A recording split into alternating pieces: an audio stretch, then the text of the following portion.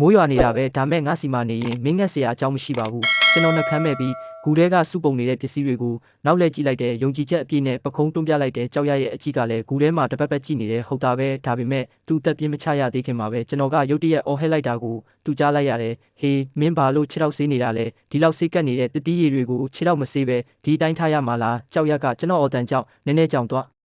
အားတယ်လက်ထဲကရေခတ်တဲ့ဝါကြီးတောက်တောင်မြေကြီးပေါ်ပြုတ်ကျလူနီးပါဖြစ်သွားတယ်မင်းဘာမှမသိပဲနဲ့ဒါကကောင်းကင်ကပေးတဲ့လက်ဆောင်ပဲဒါကိုဖြုံးတီးနေတာလို့မင်းတီလာဖြုံးတီးတာဟာရှက်စရာကောင်းတယ်ငါအခုလေးတင်ပြောပြီးပြီမဟုတ်လားဒါကအဖို့တန်တဲ့အရာတွေပါဆိုတာမင်းကတော့ဓာတ်ရိုက်ရင်းနဲ့ဆေးချပစ်လိုက်တယ်ပေါ့ကြောက်ရကအံ့ဩသွားပြီးကျွန်တော်သူ့ခြေထောက်ကိုစိုက်ကြည့်နေတဲ့အကြည့်ကိုမြင်တော့ဒီစကားရဲ့အတိတ်ပဲကိုချက်ချင်းနားလဲသွားတယ်မင်းအကြောင်းဘယ်သူမသိပဲနေမလဲကြောက်ရကရှက်ကိုရှက်ကန်နဲ့ခြေထောက်ကိုပြန်ရုပ်ဖို့ကြိုးစားပေမဲ့ကျွန်တော်လက်ကအာတန်လုံးလို့သူ့ခြေချင်းဝတ်ကိုဖမ်းထားတာလုံးဝမလွတ်ပေးဘူးကြောက်ရက်ကရုံမထွက်နိုင်တော့ပဲနှက်ခမ်းကိုကိုက်ပြီးချင်းတောင်တန်လောက်ပဲရှိတဲ့အတန်တိုးတိုးလေးနဲ့ပြောလိုက်တယ်အလွန်ဆုံးရှိလာနောက်မှငါမင်းကိုတခြားဟာကျွေးပါမယ်ဒါမင်းပြောတာနော်လူဆိုတာဂတိတီးရမယ်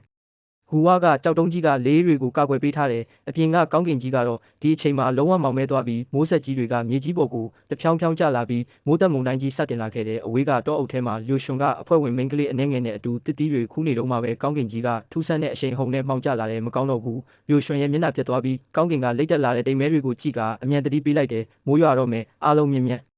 ်လောက်ကျတစ်တီးတွေယူပြီးစခန်းကိုအမြန်ပြေးကြရအောင်ဒါပေမဲ့ဒီနေရာကနေအဓိကစခန်းကိုရောက်ဖို့အတော်လေးဝေးသေးတယ်သူတို့ဘလောက်ပဲအားကုန်ယုံပြေးပါစေမိုးတဲ့ထန်စွာရွာချလိုက်တာကြောင့်လမ်းတစ်ဝက်မှာတင်အားလုံးမိုးရေဆူရွှဲသွားကြတယ်လူရွှန်းတို့တစ်ဖွဲ့စခန်းကမြက်တဲတဲကိုကတိုက်ကြိုက်ပြန်ရောက်လာချိန်မှာတော့အားလုံးကချမ်းလွန်းလို့တုံရင်နေကြပြီးဒီမိုးကဘသူမှထင်မထားလောက်အောင်တဲထန်ပြီးကြာရှည်နေခဲ့တယ်မိုးတက်မုန်တိုင်းက2ရက်နဲ့2ညတိုင်ရွာသွန်းနေခဲ့ပြီးလောကကြီးတစ်ခုလုံးမှာတောင်မဲနေတာကြောင့်ဘာမှမမြင်ရတော့ဘူး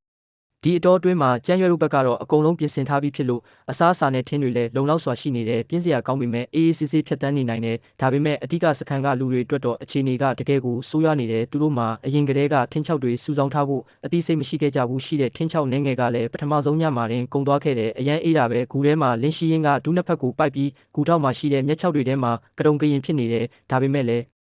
းသူတကူလုံးတုံနေတော့မှပဲစုဝေဝေကရှိတဲ့တစ်တီးအနှဲငယ်ကိုဝေပေးလိုက်ရတယောက်ကိုတလုံးစီပဲရကြတယ်ရှန်ရှောင်းထန်ကတစ်တီးတလုတ်ကိုကိုက်လိုက်ရမှာအလွန်ချင်လွန်းလို့သူ့မျက်နှာလေးရှုံးမဲ့သွားတယ်မင်းတို့ပြောကြည့်ပါဦးကြောက်ရမမအခုဘာတွေလုပ်နေမလဲဘာလုပ်နေမှလဲသူခုဆိုအသားတွေစားဟင်းရည်တွေတောက်ပြီးတက်တောင့်တက်တာနေမှာပေါ့မိုးရွာမယ်မှန်းကြိုတိခဲ့ရင်ငါခန္ဓာကိုယ်နေမကောင်းဖြစ်နေရင်တော့လင်ဖုံးစီကိုလိုက်သွားမှာပဲဘလို့ပဲဖြစ်ဖြစ်ဒီလိုဒုက္ခမျိုးခံစားရတာထက်တော့ပိုကောင်းဒါပေါ့ဒါပေမဲ့အခုတော့ဘာပြောနောက်ကျသွားပြီးသူတို့တွေဟာဒီမိုးကြီးအမြန်ရက်သွားဖို့ပဲဆူတောင်းနေုံရှိတော့တယ်ဒီအချိန်မှာပဲအားလုံးအားကျနေရတဲ့လင်ဖုံးရဲ့ဂူထဲမှာတော့ကြောက်ရက်ကလင်ဖုံးသူ့အနာကိုတိုးလာတာကိုကြည့်ပြီးစိတ်သက်တွေလုံးဝပြိုလဲသွားတယ်ငါမိုးတဲထဲမှာပဲဖြစ်စခန်းကိုပြန်သွားတော့မယ်ဒီနေရာကဘယ်မှာလာပြီးကောင်းစားနေတာလဲကံမကောင်းစွာနဲ့ပဲအပြင်မှာလေပြင်းတွေတိုက်နေတာကြောင့်ကြောက်ရဟာဒီတိုင်းပဲဒုက္ခနဲ့ပျော်ရွှင်မှုကိုရောပြီးခံစားနေရတဲ့2ရက်နဲ့2ညတိုင်ရွာသွန်းခဲ့တဲ့မိုးကြီးကနောက်ဆုံးမှာတော့ဆဲသွားခဲ့ပြီးကြာမြင့်စွာကွယ်ပြောက်နေတဲ့ရွှေရောင်နေကြီးကတိမ်တိုက်တွေကိုဖောက်ထွက်ပြီးလှိုင်းတဘိုးတွေထနေတဲ့ပင်လယ်ပြင်ပေါ်ကိုဖျာကျလာတယ်ကျွန်တော်ကတော့စိတ်ကြည်လင်စွာနဲ့ဂူထဲကထွက်လာခဲ့တယ်ကျွန်တော်လက်နှစ်ဖက်ကိုအဆက်ထုတ်ပြီးမျက်လုံးမိတ်ကပင်လယ်လေးကိုခန်းစားရင်းကိုလက်လှုပ်ရှားလိုက်ရာအယိုးတွေစီကနေအတန်တွေတောင်ထွက်လာတယ်နေလို့ကောင်းလိုက်တာကြောက်ရကတော့စခန်းရှိရာဘက်ကိုတုံရင်နဲ့ရှောက်သွားနေတယ်အခုချိန်မှာသူကကြွသားတိုင်းမှာနာကျင်မှုကိုခံစားနေရတယ်သူအခုစခန်းကိုပြန်ဖို့ထက်မမက်ရက်နိုင်ဖို့တောင်ခက်ခဲနေပြီးကြောက်ရရဲ့မျက်ဝန်းထောင်းကနေမျက်ရည်တစ်ဆက်ကမတိမတာဝဲတက်လာတယ်သူကဂူဝမှာမတ်တက်ရက်နေပြီးနေရောင်အောက်မှာကြီးကောင်းနေတဲ့လင်ဖုံးရဲ့ကြောပြင်ကိုကြည့်ပြီးစိတ်ထဲကနေအပြင်းထန်ဆဲဆူနေမိတယ်အဲ့ဒီအချိန်မှာပဲကျွန်တော်ကဂူဝမှာမတ်တက်ရက်ပြီးမိုးပြီးကတာယာတဲ့အလှကိုခံစားနေရင်အကြီးကကမ်းခြေဘက်ကိုရောက်သွားတယ်နောက်တစ်စက္ကန့်မှာပဲကျွန်တော်ရဲ့လှုပ်ရှားမှုတွေတန့်သွားပြီးမျက်နှာအမူအရာကချက်ချင်းပြောင်းလဲသွားတယ်လင်းဖုံးရဲ့မျက်လုံးတွေကထိတ်လန့်တုန်လှုပ်ရာကနေအလွန်မင်းစိတ်လှုပ်ရှားတဲ့ပုံစံကိုပြောင်းလဲသွားပါတယ်လင်းဖုံးကတိုးတိုးလေးအော်ဟစ်လိုက်ပြီးကြောက်ရကိုတောင်နှုတ်ဆက်ဖို့အချိန်မရပဲကမ်းခြေဘက်ကိုယူသွနေတယ်လို့အရှိန်ဟုန်နဲ့ပြေးသွားပါတော့တယ်တစ်ချိန်တည်းမှာပဲအဓိကစခန်းဘက်မှာတော့ဂူထဲကနေထွက်လာတဲ့စူးဝေဝေနဲ့ကျိုးတင်တို့အပြင်ဘေးနားကနေဘေးရန်ရဲ့ခြေနေကိုလာကြည့်တဲ့ကျန်းရွက်နဲ့ရှာမင်တို့ဟာလည်းကမ်းခြေမှာဖြစ်ပျက်နေတာကိုတပြိုင်နက်တည်းသတိပြုမိသွားကြပါတယ်သူတို့လည်းအပြေးလွှားကန်ခြေဘက်ကိုပြေးထွက်သွားကြပါတယ်မိုးရွာပြီးနောက်ကမ်းခြေမှာငန်းကြီးအနံ့အသက်တွေလွှမ်းမိုးနေပြီးဒီရေကျပြီးနောက်တဲတောင်ပြင်ဟာပရမ်းပါတာဖြစ်နေပေမဲ့အခုချိန်မှာဘသူကမှဓာတွေကိုဂရုမစိုက်နိုင်ကြပါဘူးအဝိစားတွေအဲ့ဓာတွေကအဝိစားတွေပဲအဝေးကနေလှမ်းကြည့်ရင်ကမ်းခြေတဲတောင်ပြင်မှာအယောင်စုံအဝိစားတွေပြန့်ကျဲနေတာကိုတကယ်ပဲတွေ့ရပါတယ်အဲ့ဓာတွေကသူတို့စီးလာခဲ့တဲ့ဇိမ်ခံတင်မောကြီးပေါ်ကပစ္စည်းတွေဖြစ်ပါတယ်တလကြာလှိုင်းတန်လေးတန်ခံခဲ့ရပြီးနောက်အခုမိုးတက်မုန်တိုင်းကြောင့်ကမ်းပေါ်ကိုရောက်ရှိလာတာဖြစ်ပါတယ်ဒါပေမဲ့လူအလုံးအမောတကောနဲ့ပြေးသွားတဲ့အခါရှေ့ဆုံးကပြေးလာတဲ့စူးဝေဝေနဲ့ကျန်းရွက်တို့ဟာရုတ်တရက်အရှိန်တက်လိုက်ရပြီးမျက်နှာတွေဖြူဖြော့သွားပါတယ် ဖျားရည်စခန်းထဲကတတိနေတဲ့မိန်းကလေးတချို့ဆိုရင်ကြောက်လန့်တကြားအော်ဟစ်ပြီးနောက်ကိုခြေလန်းတော်များများဆုတ်သွားကြပါတယ်တဲထဲမှာနစ်နေတာကပြန့်ကျဲနေတဲ့အဝတ်စားတွေတင်မဟုတ်ပါဘူးကမ်းခြေမှာစုပ်ပြက်နေတဲ့ဝတ်စုံကိုဝတ်ထားတဲ့တင်မောပြက်ထဲကတေဆုံးသူတဦးရဲ့အလောင်းဟာပေါ်ပေါ်ထင်ထင်ရှိနေပါတယ်မလန့်မကန့်ဒီရိုက်ခတ်တဲ့နေရာမှာလည်းအလားတူအလောင်းအတော်များများကိုတွေ့နေရပါတယ်သူတို့ရဲ့မျက်တွင်းဟောင်းလောင်းတွေထဲမှာပင်လယ်ရေမော်ပင်တွေတောင်ညှက်နေတာကြောင့်ပိုပြီးတော့ကြောက်စရာကောင်းနေပါတယ်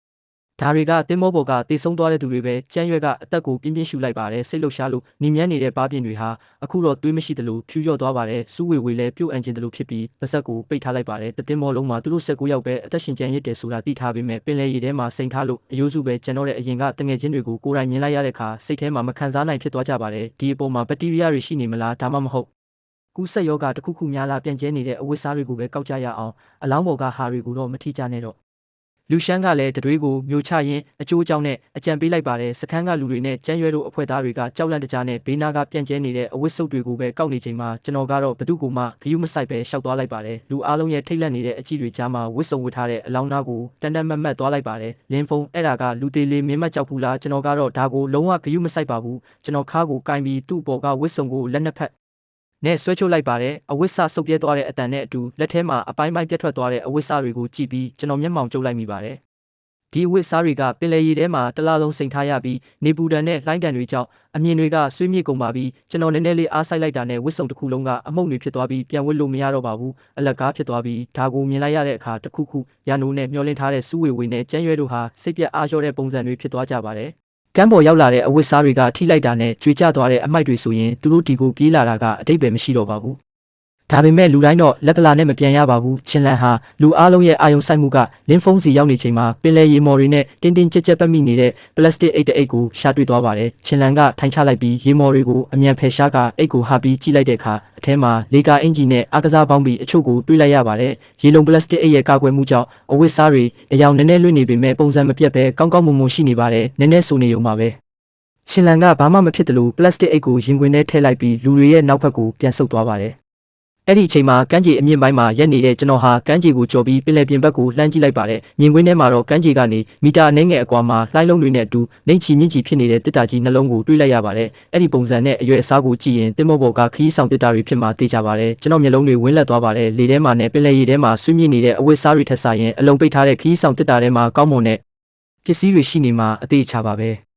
ဲကျွန်တော်အပြင်အင်ဂျီတောင်မချွတ်တော့ပဲပင်လယ်ရေထဲကိုခုန်ဆင်းပြီးအဲ့ဒီတက်တာနှလုံးစီကိုအမြန်ကူးသွားလိုက်ပါတယ်ကမ်းခြေကလူတွေကလင်းဖုံးရဲ့လှုပ်ရှားမှုကိုကြည့်ပြီးအဝေးကတက်တာတွေကိုလည်းလှမ်းကြည့်ကမနာလိုစိတ်တွေဖြစ်နေကြပါတယ်ဒါပေမဲ့သူတို့မှာလင်းဖုံးလိုခွန်အားလည်းမရှိသလိုပင်လယ်ထဲအဝေးကြီးကူးရဲတဲ့တတိလည်းမရှိကြတာကြောင့်ငေးကြည့်နေုံပဲတက်နိုင်မှာမကြခင်မှာပဲကျွန်တော်ဟာလေးလံတဲ့တက်တာနှလုံးကိုကမ်းပေါ်ကိုဆွဲတင်လာခဲ့ပါတယ်ပင်လယ်ပြင်နဲ့ကြောက်ဆောင်တွေနားကိုအကျန်းဖြင်းကြည့်လိုက်ပြီးတခြားတက်တာတွေမရှိတော့တာတေချာတဲ့အခါကျွန်တော်တစ်စက္ကန့်တောင်အချိန်မဆွဲတော့ပဲတက်တာတွေကိုဆွဲပြီးကိုကူရှိရာဘက်ကိုပြန်လာခဲ့ပါတော့တယ်။ကောင်းပြီမင်းတို့ဖြည်းဖြည်းချင်းပဲကောက်ကြတော့ငါရင်သွားပြီ။ကျွန်တော်ဟာလက်တစ်ဖက်ကခီးဆောင်အိတ်ကြီးကိုဆွဲပြီးအားလုံးရဲ့မျောလင်းတကြီးကြည့်နေတဲ့အကြည့်တွေအောက်မှာကိုကူရှိရာကိုခြေလန်းကျဲကျဲနဲ့ရှောက်သွားခဲ့တယ်။လင်းဖုံးကသူတို့ကိုအိတ်တွေဝေပေးမယ်လို့မျှော်လင့်နေတာလား။ဘာတွေနောက်နေတာလဲဒီကျုံးပေါ်မှာကျွန်တော်ကဘယ်တော့မှပရာဟိတတမမဟုတ်ခဲ့ဘူး။ကျွန်တော်ထွက်သွားပြီးနောက်မှာတော့ကျွန်တော်ရှိနေတဲ့ PR တွေမရှိတော့တာကြောင့်ကျန်တဲ့လူတွေကကြောက်ဆောင်နေနဲ့တဲတောင်ပြင်ပေါ်မှာယူသွတ်တလို့လိုက်ရှာကြတော့တယ်။ကျန်းရွေဟိုမှာကြည်စမ်းဝေးလံတဲ့ကြောက်ဆောင်ကြားမှာပန်းရောင်ခီးဆောင်အိတ်တလုံးညက်နေတာကိုတွေးလိုက်ရတယ်။အိတ်ကတင်းကျပ်စွာညက်နေတာကြောင့်ဒီရေနဲ့အတူပင်လယ်ထဲပါမသွားခဲ့ဘူး။တစ်ချိန်တည်းမှာပဲစူးဝေဝေရဲ့အကြည့်ကလည်းအဲ့ဒီပန်းရောင်အိတ်စီကိုရောက်သွားခဲ့တယ်။ဟိုမှာကြည့်တာကိုငါတို့အရင်မြင်တာကျန်းရွေကမျက်နှာတီတီနဲ့ပဲအဲ့ရဲ့တစ်ဖက်ကိုအလျှော့မပေးပဲကင်ထားလိုက်တယ်လွန်ခဲ့တဲ့2ရက်နဲ့2ညလုံးမိုးသေးထန်စွာရွာသွန်းမှုကစခန်းကလူတွေကိုဒုက္ခတော်တော်ပေးခဲ့တဲ့စူးဝေဝေကဒေါသတွေအောက်ရဲထားရတာကြပြီးအထူးသဖြင့်အရင်ကကျန်းရွေကစားနဲ့သူတို့စခန်းကပစ္စည်းတွေကိုအနိုင်ကျင့်ယူခဲ့တဲ့အချက်ကိုသူမစိတ်ထဲမှာအမြဲမှတ်ထားတယ်ကျန်းရွေအရှက်မရှိမလုံးနဲ့လက်လွတ်လိုက်စမ်းဒီလိုကျုံးပေါ်မှာဘသူအရင်ရငါဘာလို့လက်လွတ်ရမှာလဲပုံမှန်အချိန်မှာအထက်တန်းလာဆန်ခဲ့တဲ့မျိုးပြသား2ယောက်ဟာအခုတော့ဈေးထဲမှာဟင်းသီးဟင်းရွက်လူနေတဲ့သူတွေလိုတယောက်နဲ့တယောက်အိတ်ကိုဆွဲနေကြတယ်ဝေဝေမမကျမကူညီမဲ့ကျမမကိုမထိနဲ့ဖယ်ဆန်းသူတို့2ယောက်လူနေတာနဲ့အတူနောက်ကအဖွဲသားတွေလည်းမျက်လုံးတွေနီလာကြတယ်2ရက်နဲ့2ညလုံးအောက်ရီထားရတဲ့စိတ်ဖိစီးမှုတွေဟာအဲ့ဒီအချိန်မှာပောက်ကွဲထွက်သွားတော့တယ်မိမ2အုပ်စုဟာချက်ချင်းပဲတယောက်နဲ့တယောက်လုံးထွေးတပုတ်ကြတော့တယ်ငါ့စပင်ကိုဆွဲရဲတယ်ပေါ့ငါမင်းကိုတတ်မယ် တဲတောင်ပြင်ပေါ်မှာချက်ချင်းပဲရုံရင်ဆန်ခတ်ဖြစ်သွားတဲ့စူးဝေဝေတို့ဘက်ကလူဦးရေပိုများပေမဲ့သူတို့ဟာနှစ်ရက်လုံးပိုက်ဆာနေတာကြောင့်လက်ချေတွေပျော့ခွေနေတဲ့ကျန်းယူတို့ဘက်ကလူနေပေမဲ့ဒီနှစ်ရက်အတွင်းဝဝလင်လင်စားထားရလို့ခွန်အားပြေဝနေတဲ့ဒါကြောင့်လူများတဲ့ဘက်ကအသာစီမရနိုင်ပဲဖြစ်နေတယ်ဒါပေမဲ့အိတ်ကိုလုံးဝယူသွားဖို့ကလည်းကျန်းယူတို့အတွက်မလွယ်ကူဘူးအားလုံးတော်ကြတော့ထပ်မရိုက်ကြနဲ့တော့ဒီလိုဆက်တိုက်နေရင်အားလုံးဒဏ်ရာရကုန်လိမ့်မယ်ငါစကားနားထောင်ကြအိတ်ကိုခွဲလိုက်ပြီးပစ္စည်းတွေကိုတဝက်စီခွဲယူရအောင်စူးဝေဝေကသူမရဲ့နှက်ခမ်းထောင်းကတဲတွေကိုတုပ်ပြီးအမောတကောပြောလိုက်တယ်သူမဟာသူမရဲ့အဖွဲသားတွေမောဟိုက်နေတာကိုကြည့်ပြီးအခုချိန်မှာအားရင်ကုန်ခန်းနေပြီဆိုတာသိလိုက်တယ်ဆက်ပြီးရန်ဖြစ်နေရင်တဝက်မပြောနဲ့အိတ်ရဲ့အမွှေးတောင်ရမှာမဟုတ်ဘူးကောင်းပြီတဝက်စီခွဲယူမယ်စူးဝေဝေကအန်ကျိတ်ပြီးသဘောတူလိုက်တယ်လို့ကျန်းရွေကလည်းတက်ပြင်းချရင်တိတ်တဆိတ်ခေါင်းငိမ့်လိုက်တယ်လူနှစ်အုပ်စုဟာကြောက်တုံးကြီးတုံးကိုအတူတူမပြီးပန်းရောင်အိတ်ရဲ့တော့ဘော်ကိုပြင်းပြင်းထန်ထန်ထုချလိုက်တယ်အိတ်ပွင့်သွားတဲ့အခါအိတ်ကကာကွယ်ပေးထားလို့အထက်ကအဝတ်စားတွေဟာပင်လေရီအနှဲငယ်ဆိုနေပေမဲ့ပျက်စီးမသွားဘူးအားလုံးဝိုင်းကြည့်လိုက်တဲ့အခါအထက်မှာအမျိုးသမီးအပေါ်အင်ဂျီငားတဲ့အားကစားပေါင်းပြီးသုံးထည့်ပန်းပွင့်မာတဲ့ကာဝတ်နဲ့ထဲနဲ့အတွင်းခံအစ်စ်သုံးစုံကိုတေးတေးတက်တက်တွေ့လိုက်ရတဲ့ကျန်တဲ့ပစ္စည်းတွေကတော့အလှကုန်ပစ္စည်းတွေနဲ့တခြားသုံးဆောင်အသေးမွှားလေးတွေပဲဖြစ်တဲ့ဒီတန်ရှင်းတဲ့အဝတ်စားတွေကိုမြင်လိုက်ရတော့မိမတွေရဲ့မျက်လုံးတွေပြန်ပြီးတောက်ပလာပြီးနောက်ထပ်တစ်ချိန်အငင်းပွားမှုတွေဖြစ်လာပြန်တယ်အဲ့ဒီအချိန်မှာကျွန်တော်ကတော့လေးလံတဲ့အိတ်နှလုံးကိုဆွဲပြီးကူကိုပြန်ရောက်နေပြီဒီအိတ်တွေဘယ်ကရတာလဲကမ်းခြေမှာကောက်ရတာဒီမိုးသေးထန်စွာရွာသွန်းမှုကြောင့်ပေါ့ကျွန်တော်ကလက်သီးဆုပ်လောက်ရှိတဲ့ကြောက်ခဲကိုကောက်ကင်လိုက်ပြီးငွေရောင်အိတ်ရဲ့ကုန်းနံပါတ်တော့ကိုပြင်းပြင်းထန်ထန်ထူချလိုက်တယ်တော့ပြုတ်သွားတော့ကျွန်တော်အိတ်ကိုတတိထားပြီးဖွင့်လိုက်တဲ့အိတ်ထဲမှာအမျိုးသားနဲ့အမျိုးသမီးအဝတ်စားတစ်တွေအစီအရီရှိနေတဲ့အိတ်ရဲ့အကန့်ထဲကနေဓာတ်ပုံတစ်ပုံကိုကျွန်တော်တွေ့လိုက်ရတယ်ဓာတ်ပုံထဲမှာစုံတွဲဝတ်စုံဝတ်ထားတဲ့ငယ်ရွယ်တဲ့စုံတွဲတွေပြုံးပျော်နေတာကိုတွေ့ရတယ်နောက်ခံကတော့အဲ့ဒီစိန်ခံတင်မောကြီးပဲဓာတ်ပုံကိုကြည့်ပြီးကျွန်တော်ခဏလောက်ငြိမ်သက်သွားတယ်ဒီလူနှစ်ယောက်ရဲ့ညီကုန်းကတော့မတွေးရဲစရာပ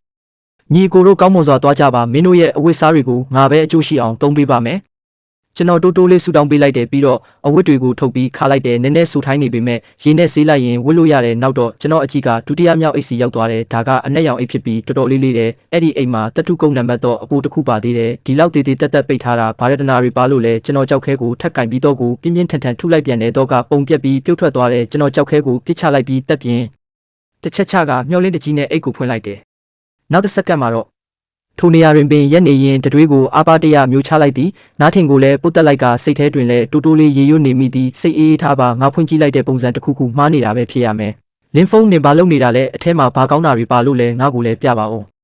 ဟဲကြောက်ရနေမကြည့်တာပဲကောင်းမယ်ထင်တယ်လန့်သွားမှဆိုလို့ဒါကိုကြားတော့ကြောက်ရဒေါသတွေထွက်လာတယ်ငါကလောကကြီးထဲမှာဒီလောက်နဲ့အကြာကြီးကျင်လည်ခဲ့တာဘလို့လိုင်းတပိုးကြီးတွေကိုမမြင်ဘူးပဲနေမလဲဘလို့အခြေအနေမျိုးကိုမှမကြုံဘူးပဲနေမလဲအထဲမှာရှိတဲ့အရာကများငါ့ကိုခုံပေါက်ပြီးကြိုက်ဦးမှာလားကြောက်ရကအထင်မကြီးသလိုခက်ရောင်ရောင်ရေးလိုက်ပြီးလင်းဖုံးကိုမျက်စောင်းထုတ်ပြကမျက်နှာပြောင်ပြလိုက်တယ်ကျွန်တော်ကတော့ပကုံးတွန်းပြပြီးဘေးကိုတိတ်တဆိတ်ဖယ်ပေးလိုက်ကကြည့်ပါဦးဆိုတဲ့အမူအရာလုပ်ပြလိုက်တယ်ဒါပေမဲ့ပါဆက်ဖျားကထူးဆန်းတဲ့အပြုံးကိုတော့ဖျောက်လို့မရခဲ့ဘူးကြောက်ရကတစ်တာနာကိုသွားပြီးအဖုံးပေါ်မှာလက်နှစ်ဖက်ကိုတင်လိုက်တယ်အသက်တစ်ချက်ခက်ပြင်းပြင်းရှူသွင်းလိုက်ပြီးမှရုတ်တရက်ဖွင့်ချလိုက်တယ်သူမရဲ့မျက်နှာအမူအရာကဇဝေဇဝါဖြစ်ရာကနေအံ့ဩတုန်လှုပ်သွားပြီးနောက်ဆုံးမှာတော့ဘဝကိုတောင်တန်တရားဝင်သွားတဲ့အထိဖြစ်သွားခဲ့တယ်လင်းဖုံးငါကပဲပင်ပန်းလုံးလို့လားအုံနောက်တွေခြောက်ပြီးစိတ်ကူးရင်နေတာလားမဟုတ်ဘူးငါထင်တာတော့ဒါကတကယ်အစ်စ်ပဲဒီစကားကိုကြားတော့ကြောက်ရကမယုံနိုင်ပဲတစ်တာဖုံးကိုဖြည်းဖြည်းချင်းပြန်ဟာပြီးအထက်ကပစ္စည်းတွေကိုတစ်ခုချင်းစိတ်တင်းထားပြီးစစ်ဆေးကြည့်တယ်ဒီတိုင်းကြည့်တော့ကဘာမှမဖြစ်ပေမဲ့အသေးချာလဲကြည့်လိုက်ရောသူမရဲ့လောကအမြင်တွေအားလုံးပြောင်းပြန်လန်ကုန်တယ်လို့ခံစားလိုက်ရတယ်ဒါတွေကဘလို့အလွဲချော်ပစ္စည်းတွေလဲ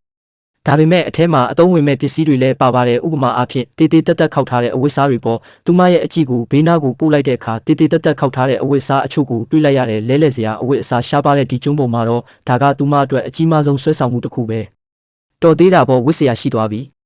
ဒါပေမဲ့သူမအဲ့ဒီအဝတ်ကိုခါပြီးဖြန့်လိုက်တဲ့ခဏမှာပဲသူမတကူလုံးတောင့်တင်းသွားတယ်ဘာလို့အလဲမှာဟာနေတာလဲလင်းဖုန်းနေကဘလို့ဖြစ်ပြီးဒီလိုပစ္စည်းတွေပဲပါတဲ့တစ်တာကိုကောက်လာရတာလဲ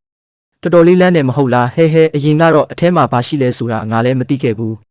သွားစမ်းပါငါကတော့ဒါကိုဘယ်တော့မှဝတ်မှာမဟုတ်ဘူးရုတ်တရက်ဆိုသလိုကြောက်ရခေါင်းထဲကိုကြောက်စရာကောင်းတဲ့အတွေ့တစ်ခုဝင်လာတယ်ဒီလူလင်းဖုံးကတော့မကြည့်မိခဲ့ရင်ကောင်းသားငါလက်ကဘာလို့ဒီလောက်ရပြီးဒီတစ်တာကိုဖွင့်ကြည့်မိပါလိမ့်တစ်ချိန်တည်းမှာပဲကမ်းခြေမှာတော့ကျန်းရွက်နဲ့စုဝေဝေတို့နှစ်ဖွဲ့ပစ္စည်းခွဲဝေပြီးတဲ့နောက်တစ်ခေါက်ထပ်ရှာကြပြန်တယ်တကယ်ပဲအေးဒံကိုအတော်အသင့်ကာကွယ်ပေးနိုင်မဲ့အဝတ်စားအချို့ကိုတွေ့ခဲ့ကြတယ်ဒါပေမဲ့ဒီမုံတိုင်းကအဝတ်စားတွေကိုတင်တဲလာပေးတာမဟုတ်ပဲပင်လင်ကအမြောက်များကိုလည်းတဲဆောင်လာပေးခဲ့တာပါဒီကျသွားတဲ့ကမ်းခြေမှာတော့လှိုင်းလုံးကြီးတွေကြောင့်မူးဝေသွားတဲ့ဒါမှမဟုတ်တဲထဲမှာတဝက်လောက်မြုပ်နေတဲ့ငါးတွေအများကြီးရှိနေခဲ့တယ်တချို့ဆိုရင်တဲချင်းထဲမှာအားကိုးရမဲ့ရုန်းကန်နေကြဒုံမဲ့အသားငါးမစားရတာကြပြီဖြစ်တဲ့ကျန်းရွက်နဲ့စုဝေဝေတို့အတွက်တော့ဒါဟာတကယ်ကိုကောင်းချီးတစ်ခုပါပဲ ဒီမှာနောက်တစ်ကောင်ရှိသေးတယ်အကြီးကြီးပဲနေ့လေထမင်းချက်ချိန်နီးလာတဲ့အခါစုဝေဝေကသူမတို့စခန်းမှာစုဆောင်းထားတဲ့ပစ္စည်းတွေကိုကြည့်ပြီးမပြုံးနိုင်သေးခင်မှာပဲကြီးမားတဲ့ပြဿနာတစ်ခုကိုရုတ်တရက်သတိထားမိသွားတယ်။သွားပြီးငါတို့မှာထင်းချောက်တွေမရှိတော့ဘူး။ရှင်လန်နေအခုလင်းဖုံးရဲ့စခန်းကိုသွားပြီးကြောက်ရကိုသွားရှာလိုက်ဒီနေ့ရက်အတွင်းရထားတဲ့လုံအားခါရဲ့တဝက်ကိုထင်းချောက်တွေနဲ့လဲလို့ရမလားဆိုတာလင်းဖုံးနဲ့ညှိနှိုင်းခိုင်းလိုက်။ငါပဲသွားလိုက်ပါမယ်အရင်ကလည်းလင်းဖုံးစီမှာအလုပ်လုပ်ခဲ့ဘူးတော့သူနဲ့ပိုရင်းနှီးတယ်ငါသွားရင်သူသဘောတူဖို့အခွင့်အလမ်းပိုများလိမ့်မယ်။ရှင်လန်ကစဉ်းစားကြည့်တော့လေဟုတ်တယ်ဆိုတာနဲ့သဘောတူလိုက်တယ်တကယ်တော့လင်းရှိရင်ရဲ့စိတ်ထဲမှာကိုပိုင်းစီစဉ်လေးရှိနေခဲ့တာပါဒီနေ့ရက်မှာအေးမိနေတာကြောင့်သူမကိုယ်ထဲမှာအားရင်မရှိသလိုဖြစ်နေပြီးကမ်းခြေမှာဆက်ပြီးအလုံးမလုံးချင်တော့ပါဘူးသူမလင်းဖုံးစီသွားတာကနာမည်ရတော့ထင်းလဲဖို့ဆိုပေမဲ့တကယ်တော့မျက်နှာပြောင်းတိုက်ပြီးစွပ်ပြုတ်ပူပူလေးတစ်ခွက်လောက်တောက်ရင်ကိုလက်နှွေးထွေးအောင်လှုပ်ချင်တာပါစုဝေဝေကလည်းအပေးစကားဆိုလိုက်တယ်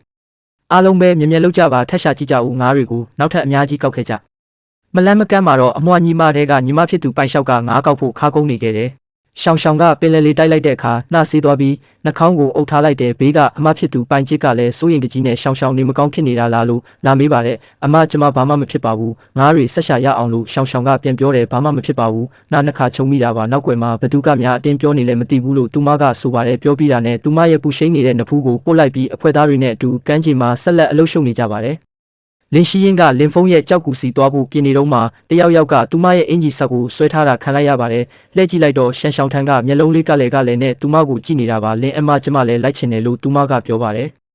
်လင်းရှိရင်ကသူမတယောက်ထဲသွားပြီးပတ်သက်မှုပို့တိုးခြင်းပေမဲ့ညင်းဖို့ပြင်နေတော့မှပဲစခန်းကိုပြန်ဖို့ပြင်နေတဲ့ဝန်ရောချင်းကဒါကိုမြင်သွားပါတယ်ဝန်ရောချင်းကလင်းရှိရင်ကိုပြုံးဆဆနဲ့လင်းအမရှောင်းထန်းညီမလေးကိုလည်းခေါ်သွားလိုက်ပါလားလို့ပြောပါတယ်လင်းဖုံးအကူကြီးကရှောင်းထန်းကိုမြင်ရင်စိတ်ချမ်းသာသွားပြီးစားစရာတွေပို့ပေးရင်ပေးမှာပေါ့လို့သူမကဆိုပါတယ်ဒါနဲ့လင်းရှိရင်ကလည်းကောင်းပြီလေရှောင်းထန်းလန်းကချောတယ်ငါနောက်ကနေတေချလိုက်ခဲ့လို့ပြောလိုက်ပါတယ်ရှောင်းထန်းကလည်းလင်း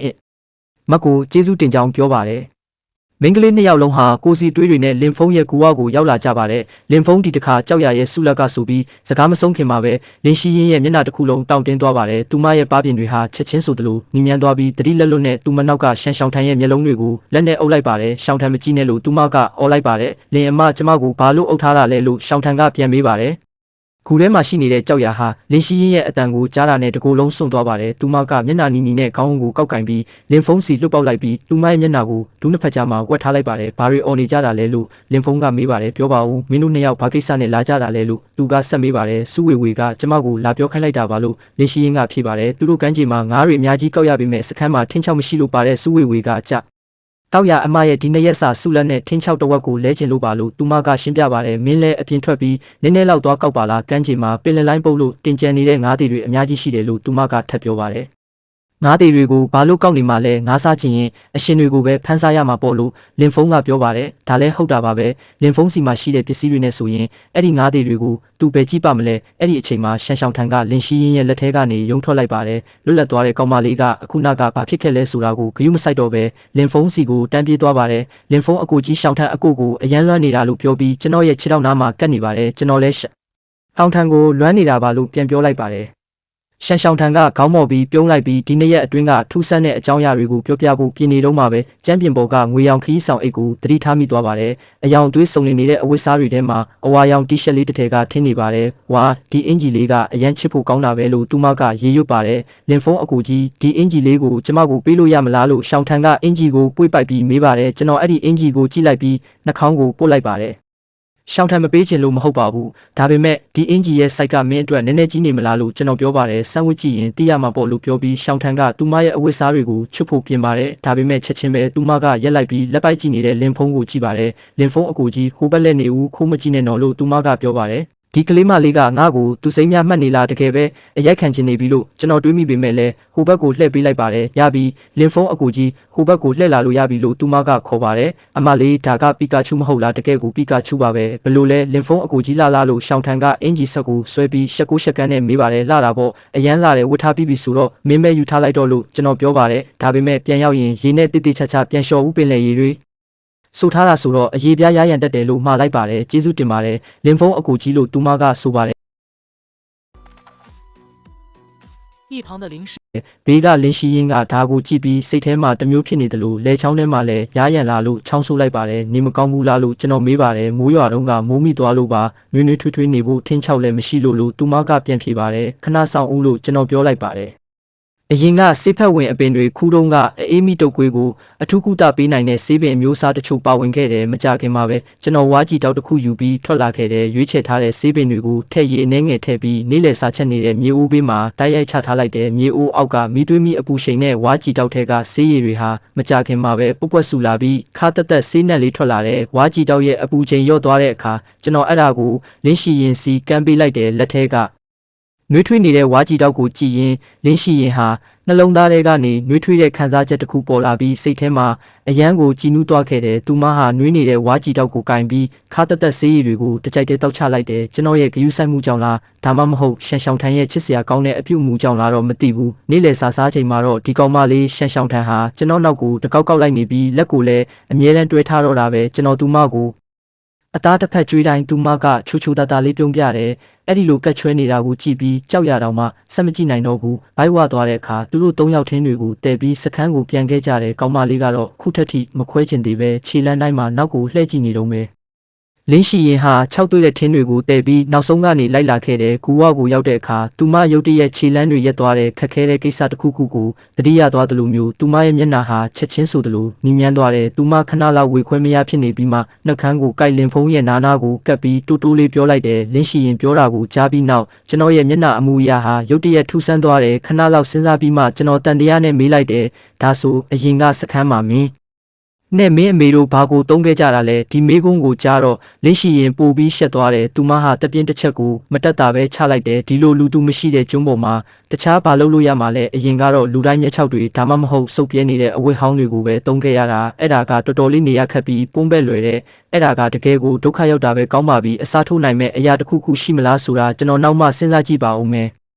လင်းရှိရင်တို့တစ်ဖွဲ့လုံးစခန်းကြီးကိုပြန်ရောက်လာတဲ့အခါလူတိုင်းရဲ့အာယုံစိုက်မှုကိုချက်ချင်းရရှိခဲ့တဲ့သူတို့ဝတ်ထားတဲ့တန်ရှင်းတဲ့အဝတ်စားသစ်တွေကိုကြည့်ပြီးလူတိုင်းဟာအားကျတဲ့မျက်လုံးတွေနဲ့ကြည့်နေကြတယ်တော်သေးတာကသူတို့လည်းဒီနေ့ကမ်းခြေမှာအဝတ်စားတော်တော်များများကောက်ရခဲ့တဲ့ရှော့ဖုတ်ပြီးအချောက်လန်းလိုက်ရင်သူတို့လည်းလဲလှယ်ဝတ်ဖို့တစုံစီရနိုင်မှာပါမဟုတ်ရင်တော့လင်းရှိရင်တို့ရဲ့အဝတ်စားသစ်တွေကိုကြည့်ပြီးသူတို့တွေစိတ်မကောင်းဖြစ်ကြမှာအသေးချပဲနေကင်းဘက်အချိန်တော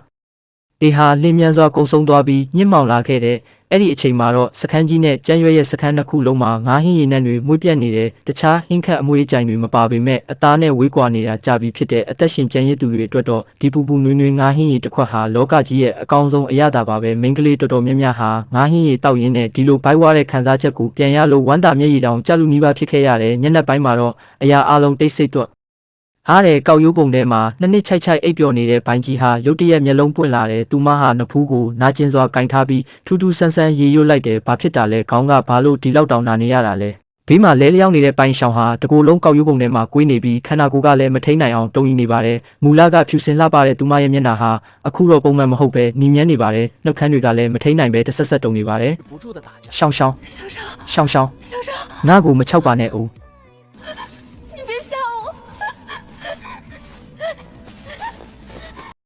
ဝေဝေမမချင်းလန်မမမြန်မြန်လာကြပါဦးရှောင်းရှောင်းဖျားနေပြီစူးဝေဝေနဲ့ချင်းလန်တို့ချက်ချင်းနိုးလာကြပါတယ်သူတို့နှစ်ယောက်ဟာကောက်ရိုးပုံထဲကနေထလာပြီးကိုတော်မပြင်ဆင်နိုင်ပဲအမြန်ပြေးလာကြပါတယ်စူးဝေဝေရဲ့လက်ဖွားကအရေးပြားကိုထိလိုက်တဲ့အခါမှာတော့ဘလို့လုပ်ပြီးအဖျားကဒီလောက်တောင်ကြီးနေရတာလဲဝေဝေမမတောင်းပန်ပါတယ်ကျမညီမလေးကိုကယ်ပေးပါဦးစူးဝေဝေဟာဖတ်ထားတာခံရလို့ကိုလေးရိုင်သွားပါတယ်စိတ်တက်ကြနေတဲ့ပိုင်ကြီးကိုကြည့်ပြီးသူမဟာနှက်ခမ်းကိုတင်းတင်းစေးထားလိုက်ပါတယ်သူမရဲ့အတန်ထဲမှာတော့တကယ်ကိုအားကိုးရမဲ့နေတဲ့အရေးအယောင်တွေပါဝင်နေပါတယ်ငါမှလည်းနီးလက်မရှိဘူးပိုင်ကြီးတောင်းပန်ပါတယ်ပိုင်ရှောင်ရဲ့အဖျားကအရန်ကြီးနေပြီးဒီလိုအခြေအနေမျိုးမှာအဖျားကျဆေးရှိမှာပဲကဲနိုင်မှာဒါပေမဲ့ငါတို့လက်ထဲမှာဘာဆေးမှမရှိဘူးဆေးမရှိဘူးလားဒါဆိုကျမညီမလေးကဒီမှာပဲလဲလျောင်းပြီးတေးမဲ့ရက်ကိုစောင့်နေရမှာလားမဟုတ်ဘူးအဲ့ဒီလိုမဖြစ်စေရဘူး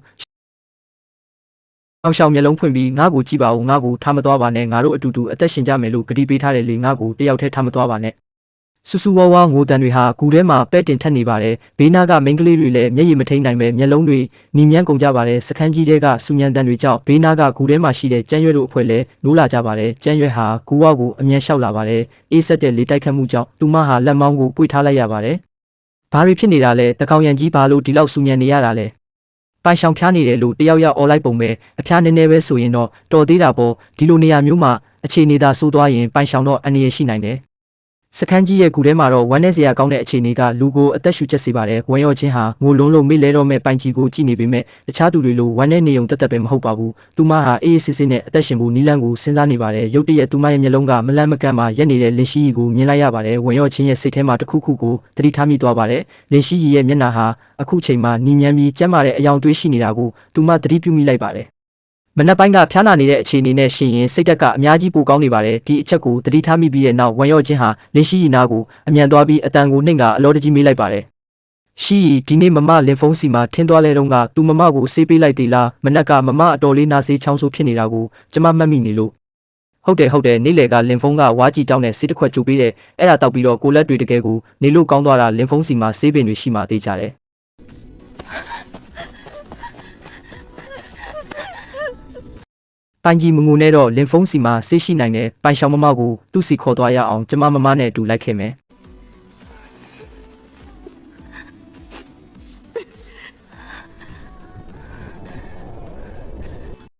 ငါအခုပဲသွားမယ်ဒီမြင်ကွင်းကိုကြည့်ပြီးစူးဝေဝေရဲ့စိတ်ထဲမှာတော့ရှုပ်ထွေးနေပါတယ်ဒီအချိန်မှာသူမအနေနဲ့တားဖို့ဘာစကားမှပြောလို့မရတော့ပါဘူးငါသာအခုသူ့ကိုတားလိုက်ရင်ပိုင်ကြီးကငါ့ကိုအသေးလဲပြန်တိုက်ခိုက်မှတေးချတယ်တခြားတစ်ဖက်မှာရှိတဲ့နှွေးထွေးပြီး၆တွေ့တဲ့ကြောက်ကူထဲမှာကျွန်တော်နှစ်ချိုက်အိပ်ပျော်နေတော့ဂူပြင်ဘက်ကနေအလောတကြီးလျှောက်လာတဲ့ခြေတံတွေကိုရုတ်တရက်ကြားလိုက်ရပါတယ်ကျွန်တော်မျက်လုံးတွေချက်ချင်းပွင့်လာပါတယ်မတင်ကားစရာပဲဒီခြေတံတွေကအယမ်းမြန်လွန်းနေပြီးတော့ဘာမှဖုံးကွယ်ထားတာမျိုးလည်းမရှိဘူးအရင်ကကြောက်ရတော့တကောင်ရံလာတတ်တဲ့ခြေတံမျိုးနဲ့လုံးဝမတူဘူးတယောက်ပြဿနာလာရှာတာများလားဒီမှာခဏစောင့်နေဦးငါအရင်ဝင်သွားပြီးလင်ဖုန်းအကူကြီးကိုနှိုးလိုက်အောင်မယ်ဒီအတန်ကဝင်ရော့ချင်းလားသူဘာလို့ရောက်လာတာလဲလင်ဖုန်းအကူကြီးအခုထိမအိပ်သေးဘူးလားမင်းကိုပဲငါမေးချင်နေတာတကောင်ရံကြီးဘာလို့ရောက်လာတာလဲလင်းဖုန်းအကူကြီးအချိန်မရှိတော့လို့ကျမတိုက်ရိုက်ပဲပြောလိုက်တော့မယ်ပိုင်လျှောက်အဖျားတက်နေတဲ့အခြေအနေကတော်တော်လေးစိုးရင်ရတဲ့ပိုင်ကြီးကအကူကြီးစီကနေအဖျားကျဆေးတောင်းချင်လို့အခုလူတွေနဲ့အတူအပြင်မှာစောင့်နေပါတယ်အဖျားတက်တာလားဒီလိုကျုံးပေါ်မှာအဖျားတက်တာကတကယ်ကိုအန္တရာယ်များတဲ့အခြေအနေဆိုရင်လူအသက်ပါဆုံးရှုံးနိုင်တယ်ငါလက်ထဲမှာရှိတဲ့ဆေးမြစ်တွေကအဖျားကျစေပေမဲ့အရေးအတွက်ကတိတ်မများဘူးငါစိတ်ထဲမှာတော့ဒါတွေကိုကြောက်ရလို့ကိုလူတွေအတွက်ပဲခြံထားခြင်းနဲ့တကယ်လို့တန်ဖိုးရှိတဲ့ဒီဆေးတွေကိုပိုင်လျှောက်ကိုပေးလိုက်ပေမဲ့လူကမကယ်နိုင်ခဲ့ရင်ပိုင်ကြီးကချက်ချင်းမျက်နှာပြတ်သွားပြီးသူမညီမကိုဘာလို့မကယ်နိုင်ရတာလဲဆိုပြီးငါ့ကိုပြန်ပြစ်တင်လာနိုင်တယ်အဲ့ဒါဆိုရင်တော့တော်တော်လေးဆက်ဆုပ်ဖို့ကောင်းလိမ့်မယ်ကျွန်တော်ရဲ့ဘာမှမပြောဘဲစဉ်းစားနေတဲ့ပုံစံကိုမြင်တော့ဝမ်ရော့ချင်းကကျွန်တော်ရဲ့စိုးရိမ်မှုကိုချက်ချင်းနားလည်သွားပါတယ်ဒါပေမဲ့နားလည်တာကတပိုင်းအတူတူဒုက္ခခံခဲ့တာတစ်လလောက်ရှိပြီဖြစ်တဲ့သူတယောက်ဒီလိုပဲတည်သွားတာကိုတော့သူမှမကြည့်ရပါဘူးဘလို့တောင်ဖြစ်ရတာလဲလင်းဖုန်းအကူကြီးဒါကတကယ်ပါသူတို့ကိုကယ်ပေးလိုက်မယ်ဆိုရင်နောက်ပိုင်းမှာအကျိုးကျေးဇူးတွေတေချာပေါက်ရှိလာမှာပါအခုကဘလို့အချိန်ဖြစ်နေပြီလဲနင်ကငါ့ကိုဒါတွေလာပြောနေတုံးလားအကူကြီးကသူတို့ကိုမကယ်ချင်မှစိုးလို့ပြောနေတာပါကောင်းပြီသူတို့ကိုအရင်သွားခေါ်လိုက်ဦးငါအခြေအနေကိုကြည့်ပြီးမှဆုံးဖြတ်မယ်လင်းဖုန်းကျမတောင်းပန်ပါတယ်ကျမညီမလေးကိုကယ်နိုင်မယ်ဆိုရင်ကျမဘာမဆိုလုပ်ဖို့အဆင်သင့်ပါပဲကျမညီမလေးကိုကယ်ပေးပါဦးခစန်းဒီမှာလာယူမနေနဲ့အချိန်ကုန်တာအပြင်သူ့ရဲ့အခြေအနေကိုငါစစ်ဆေးတာကိုနှောင့်နှေးစေတာကလွယ်ရင်ဘာမှအကျိုးမရှိဘူးသူ့ကိုတည်သွားစေချင်တော့ဆက်ပြီးတောင်းကျမ်းနေလိုက်အဲ့ဒီစကားကိုကြားတော့ပိုင်ကြီးရဲ့ကိုလေးတောင်းသွားပြီးဆက်မလုပ်ရဲတော့ပါဘူးကျွန်တော်ပိုင်လျှောက်ရဲ့ဘေးကိုသွားပြီးလက်ဖမိုးနဲ့သူမရဲ့နဖူးကိုစမ်းကြည့်လိုက်တယ်ပူကျစ်နေတဲ့အပူရှိန်ကြောင့်ကျွန်တော်မျက်ခုံးတွေတွန့်သွားရတယ်တစ်ချိန်တည်းမှာပဲစနစ်ကပေးထားတဲ့စစ်ဆေးနိုင်စွမ်းကိုကျွန်တော်အသုံးပြုလိုက်ပါတယ်အခြေအနေကအဖျားကြီးနေတဲ့အပူချိန်က39.8 degree centigrade ရှိနေပြီးစက်တိုက်တိုးနေတော့မဲ့အန်ရရှိနိုင်ခြေကမြင့်မားနေပါတယ်ငါကယ်လို့တော့ရနိုင်ပါတယ်ဒါပေမဲ့ပြောစရာရှိတာကိုအရင်ရှင်းလင်းပြောထားမယ်သူ့ကိုကယ်ဖို့အတွက်ငါရဲ့တန်ဖိုးရှိတဲ့ဆေးမြစ်တွေအများကြီးသုံးရလိမ့်မယ်ငါလင်းဖုန်းကဘာသူတော်စင်မမဟုတ်ဘူးငါရဲ့အရင်မြစ်တွေကလည်းအလကားရလာတာမဟုတ်ဘူးအခုကစပြီးနင်တို့ညီမနှစ်ယောက်လုံးငါစကားကိုနားထောင်ရမယ်ငါဘာခိုင်းလုပ်ရမယ်ညှင်းပယ်ခွင့်မရှိဘူးသဘောတူရင်ငါလုပ်ပေးမယ်သဘောမတူရင်တော့သူ့ကိုခေါ်ပြီးအခုပဲထွက်သွားလိုက်တော့သဘောတူပါတယ်သူ့ကိုကယ်နိုင်မယ်ဆိုရင်ကျမတို့ညီမနှစ်ယောက်လုံးတစ်သက်လုံးအကိုကြီးအတွက်ကျွဲလို့နွားလို့လှုပ်ကြွေးပြီးကျေးဇူးဆက်ပါမယ်ရော့ချင်းရေနွေးလေးနည်းနည်းသွားတီလိုက်အောင်ဟုတ်ကဲ့အခုပဲသွားလိုက်ပါမယ်အပူရှိန်လျှော့သွားအောင်သူ့ရဲ့အပြင်အင်ဂျီတွေကိုအရင်ချွတ်လိုက်ရေနွေးရပြီဆိုရင်သူ့ကိုရေပတ်တိုက်ပေးပြီးအပူချိန်လျှော့ချပေးရမယ်မှတ်ထားတော့ရေလုံးဝမသုံးရဘူးကျွန်တော်ကတော့ဂူရဲ့အနောက်ဘက်ကိုသွားပြီးအဖျားကျစေတဲ့ဆေးမြစ်6အချို့ကိုရွေးထုတ်ကာစတင်ထောင်းလိုက်ပါတယ်ဆေးတွေကြေသွားပြီးဆိုမှဝါးကြီးတောက်ထဲကိုရေနှဲငယ်ထည့်ပြီးမိဖို့ဘေးမှာတီးလိုက်တယ်ခဏကြာတော့ဝါးကြီးတောက်ထဲကဆေးရည်တွေကပုတ်ပွက်ဆူလာပြီးခါတက်ဆေးနှံတွေထွက်လာပါတယ်ကျွန်တော်ဆေးရည်တွေကိုယူပြီးဂူထဲကိုပြန်ဝင်လာခဲ့တယ် အဲ့ဒီအချိန်မှာဝန်ရော့ချင်းနဲ့ပိုင်းကြီးတို့ကဘိုင်းလျှောက်ကိုရေဘက်အကြိမ်ကြိမ်တိုက်ပေးနေကြပါပြီကျွန်တော်ဘိုင်းလျှောက်ရဲ့ဘေးမှာသွားထိုင်လိုက်ပြီးဘိုင်းကြီးရဲ့မျောလင်းချက်တွေပြည့်နေတဲ့မျက်ဝန်းတွေကြားမှာဘိုင်းလျှောက်ရဲ့ဥကောင်းကိုမန်ကာဆေးရဲ့အနေငယ်တိုက်လိုက်ပါတယ်တတိလေးမင်းမျောနေတဲ့ဘိုင်းလျှောက်ကမျိုးချနိုင်စွမ်းမရှိတော့ဘဲပြင်းပြင်းထန်ထန်ချောင်းဆိုးလာပါတယ်具备吞咽反射，白勺直接剧烈咳嗽起来。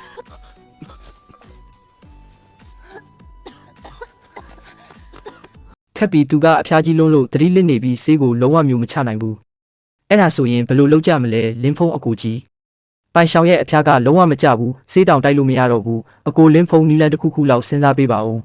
းအကိုလင်းဖုံးကျမအရင်ကဖတ်ဖူးတဲ့ဝတ္ထုတွေနဲ့ကြည်ဘူးတဲ့ဇလန်တွဲတွေထဲမှာဆိုရင်ဒီလိုအခြေအနေမျိုးမှာနီလန်တစ်ခုရှိတယ်ပိုင်ကြီးပြောသလိုမျိုးစမ်းကြည့်ရင်မကောင်းဘူးလာ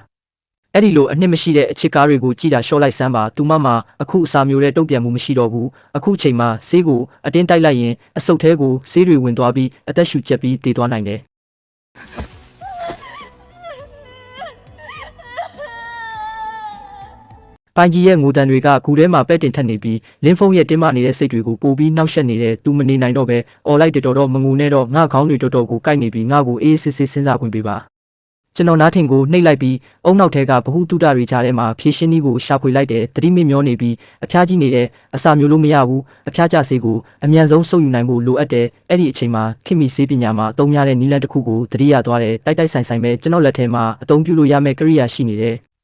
အဲ့ဒါကိုတွေးမိတာနဲ့ဆေးခွက်ကိုချလိုက်ပြီးကန်းချီကနေကောက်လာတဲ့အိတ်အနက်ကြီးရှိရာကိုရှောက်သွားလိုက်တယ်ဘေးမှာရှိနေတဲ့ဝန်ရုပ်ချင်းကလည်းတီးချင်စိမ့်နဲ့လိုက်ကြည့်နေတယ်ဒါပေမဲ့တစ်ချက်ကြည့်လိုက်ရုံနဲ့တင်သူမဟာကြောင်သွားပြီးမျက်နှာတစ်ခုလုံးညဉ့်ညမ်းလာကမယုံနိုင်စရာဖြစ်နေတယ်အကိုလင်းဒီတစ်တာထဲမှာဘာလို့ဒီလိုပစ္စည်းတွေရှိနေတာလဲသူတို့နှစ်ယောက်ရဲ့အံ့အားသင့်နေတဲ့အကြည့်တွေအောက်မှာကျွန်တော်ဟာလူကြီးတစ်ယောက်ရဲ့လက်မောင်းလောက်ရှိလျားတဲ့ဖန်ဆေးထုတ်ပြင်းကြီးတစ်ခုကိုထုတ်လိုက်တဲ့ကြောင်ကြည့်နေတဲ့မိန်းကလေးနှစ်ယောက်ကိုကြည့်ပြီးကျွန်တော်စိတ်အိုက်အိုက်နဲ့ချောင်းဟန်းလိုက်တယ်မင်းတို့စအိုကနေဆေးသွင်းတဲ့နီလန်ကြောင်ကြားဘူးလားအားလင်းဖုံးရှင်ဘာလုပ်နေတာလဲရှင်ရဲ့တစ်တာထဲမှာဘာလို့ဒီလိုထူးဆန်းပြီးအတိတ်ပဲမရှိတဲ့အရာတွေရှိနေရတာလဲရှင်ဘာလုပ်ဖို့စူးစမ်းနေတာလဲအကိုကြီးလင်းဖုံးရှင်တကယ်ပဲဘာလို့မလို့လဲရှောက်မတွေးနဲ့ဒါကိုစအိုကတဆင့်ဆေးသွင်းကုသခြင်းလို့ခေါ်တဲ့ခင်မီဆေးပညာမှာဒါဟာအလွန်အသုံးများတဲ့အရေးပေါ်အခြေအနေနဲ့အဖျားလျှော့ချတဲ့နည်းလမ်းတစ်ခုပဲစအိုရဲ့အတွင်းပိုင်းအမြေပါမှာတွေးကြောမြင်လေးတွေအများကြီးရှိပြီးဆေးဝါးကိုစုပ်ယူမှုနှုန်းကအလွန်မြန်တဲ့အကျော်တဲ့ဆေးသွင်းတာထက်တောင်မြန်နေသေးတယ်ဒါကလက်ရှိအချိန်မှာသူမရဲ့အဖျားကိုအမြန်ဆုံးလျှော့ချပေးနိုင်မဲ့တစ်ခုလေးသောနည်းလမ်းပဲဒါပေမဲ့အကိုကြီးလင်းဖုံးဒီလောက်များတဲ့ဆေးတွေကိုထည့်လိုက်ပြီးရင်ပြန်ထွက်မလာဘူးလားအကယ်၍ပမာဏအနည်းငယ်ပဲဆိုရင်တော့ကြွက်သားတွေရဲ့ကျုပ်ဆက်နိုင်စွမ်းကြောင့်ပြန်မထွက်လာတာသိကြပါတယ်အခုဆေးပမာဏကအနည်းငယ်လို့ပြောလို့မရတော့ဘူးမဟုတ်လားဒီဆေးပကံလုံးအကြီးကြီးနဲ့ထည့်လိုက်ရင်မဟုတ်ဘူးအပေါ်ကိုတွင်းလိုက်ရင်ဘလောက်တောင်နေရခတ်လိုက်မလဲမစိုးရင်ပါနဲ့ငါမှတခြားကိရိယာတွေရှိပါသေးတယ်ဒါကဘာကြီးလဲဒါနဲ့ဆိုရင်ဖျားရည်ဒါကဘာကြီးလဲအဲ့ဒီအရာကိုညီမလေးအတွက်သုံးမယ်ဆိုရင်ဒါကစုပ်ပိတ်ထားတယ်လို့မျိုးဖြစ်မနေဘူးလားကျမအပြင်ထွက်ပြီးခဏလောက်စောင့်နေလို့ရမလားကျမကြောက်လို့ပါခဏနေရင်လင်းဖုံးနဲ့ဝမ်ယူရှိမှခံစားချက်ချင်းတူသွားပြီးရှက်စရာကောင်းတဲ့တုတ်ပြန်မှုတွေဖြစ်လာရင်တော့ဒုက္ခပဲမဖြစ်ဘူးကျမအပြင်ကိုထွက်မှဖြစ်မယ်မင်းကဘာကိုကြောက်နေတာလဲဒါကမင်းအတွက်သုံးမှာမဟုတ်တာဘာလဲမင်းတကယ်ပဲအဲ့ဒီလောက်တောင်ကြောက်နေတယ်ဆိုရင်အဝေးမှာသွားပုံးနေလိုက်ရောချင်းပိုင်လျှောက်ကိုတစ်ဖက်လက်ပေးပြီးငြိမ်ငြိမ်လေးကင်ထားပေးဟုတ်ကဲ့အကိုကြီးလင်းဖုံး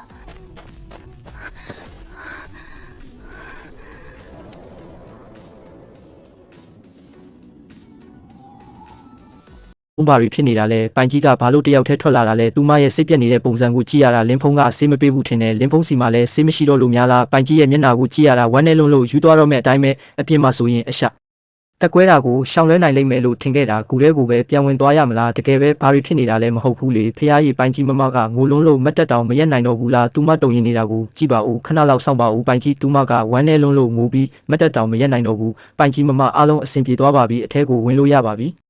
အခုအဆင်ပြေသွားပါပြီမင်းရဲ့ညီမလေးကဆေးတောက်ပြီးပြီဆိုတော့ဆေးရှင်ကမကြခင်ပြလာလိမ့်မယ်ဒါပေမဲ့ဒီတော့အတွင်းမှာမင်းလည်းအနားမနေနဲ့ဦးရေနွေးနွေးလေးနဲ့သူမရဲ့ခန္ဓာကိုယ်ကိုခဏခဏတုပ်ပေးပြီးအပူချိန်ထက်လျှော့ချပေးပါငါနည်းနည်းပင်ပန်းနေပြီးခဏလောက်နားလိုက်အောင်မယ်ကျေးဇူးတင်ပါတယ်လင်းဖုံးနဲ့ကောင်းမလေးနေကတော့ကောင်းတာပေါ့မျက်စိမိတ်ပြီးဘာမှမသိပဲအိတ်နေတာငါကတော့အပြင်မှာနင်းအတွက်နဲ့အဆက်တွေကွဲခဲ့ရတာနင်းနိုးလာရင်တော့အရိုက်ခံရဖို့ပြင်ထားလိုက်တော့နောက်တစ်ခါထက်လို့ဦးမှလားလင်း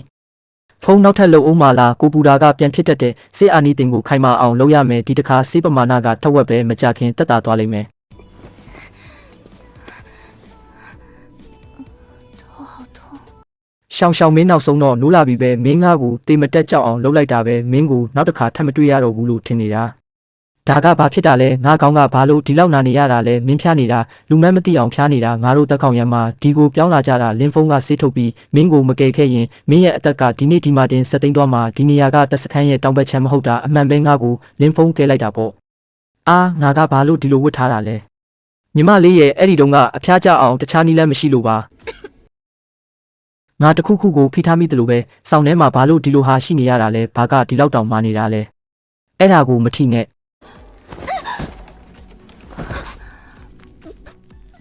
မိုက်လိုက်တဲ့ကိုလုံးလေးပဲထမင်းစားချိန်ရောက်ပြီးဒီနေ့ငါအထူးတလဲစားကောင်းတောက်ဖွဲ့တွေပြင်ဆင်ထားတယ်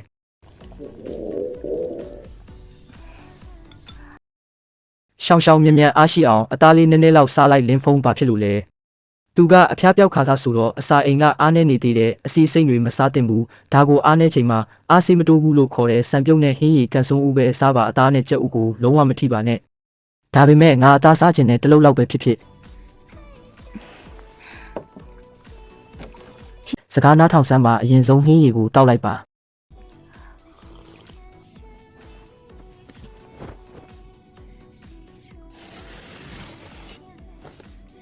လင်းဖုံးအကိုကြီးဘာတွေထက်လုံနေပြန်တာလဲဒီကိုလာခဲ့အရွယ်စားဘလောက်ဆိုအဆင်ပြေလဲဆိုတာတိုင်းကြည့်ရအောင်